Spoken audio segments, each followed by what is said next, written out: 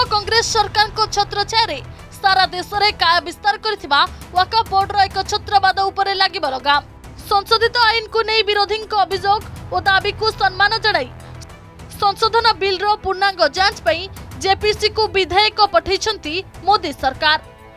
JPC रे 21 लोकसभा और 10 राज्यसभा सदस्यों को शामिल करा जायछि।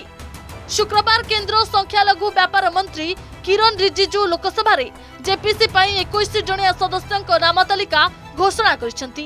With your permission, I give notice of my intention to move the following motion during the current session of Lok Sabha, that the Waqf Amendment Bill 2024 be referred to a joint committee of the houses consisting of following 21 members from this house. JPC रे 21 लोकसभा सदस्यों को स्थानित करा जायछि, जेउतरे 8 जण BJP सदस्य थिबा बेले कांग्रेस रो 3 सदस्य रहिसंती। एहा सह SP, TMC, DMK, TDP, JDU, Shiv Sena, LJP और एमआईएम रो जणे लेखाए सदस्यों को स्थान मिलिछि। जेपीसी रे स्थान पाइथिबा 8 बीजेपी सदस्य हेले जगदम्बिका पाल, निशिकांत दुबे, तेजस्वी सूर्या, अपराजिता सोलंकी, संजय जायसवाल, दिलीप सौकिया, अभिजीत गंगोपाध्याय, डीके अरुणा। सेहिपरि जेपीसी रे स्थान पाइथिबा 3 कांग्रेस सदस्य हेले गौरव गोगोई, इमरान मसूद, मोहम्मद जावेद।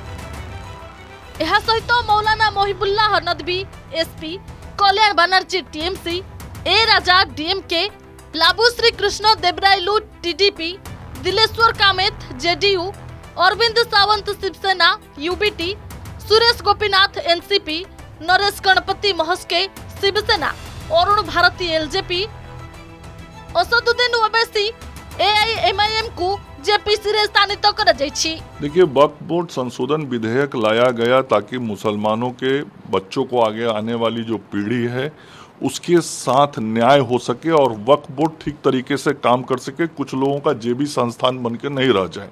और जब कुछ लोगों के पॉकेट से ये निकलता हुआ दिखाई पड़ रहा है तो कुछ लोग तड़पड़ा रहे हैं और विपक्ष की पार्टियां अपने वोट की राजनीति में राजनीतिक बयानबाजी दे रही है, लेकिन वास्तव में जो ये संशोधन बिल लाया गया है इससे मुसलमान समाज का हित और भला होगा। सेहिपरि जेपीसी रे स्थानित 10 राज्यसभा सांसदों को मध्य शामिल करा जायछि।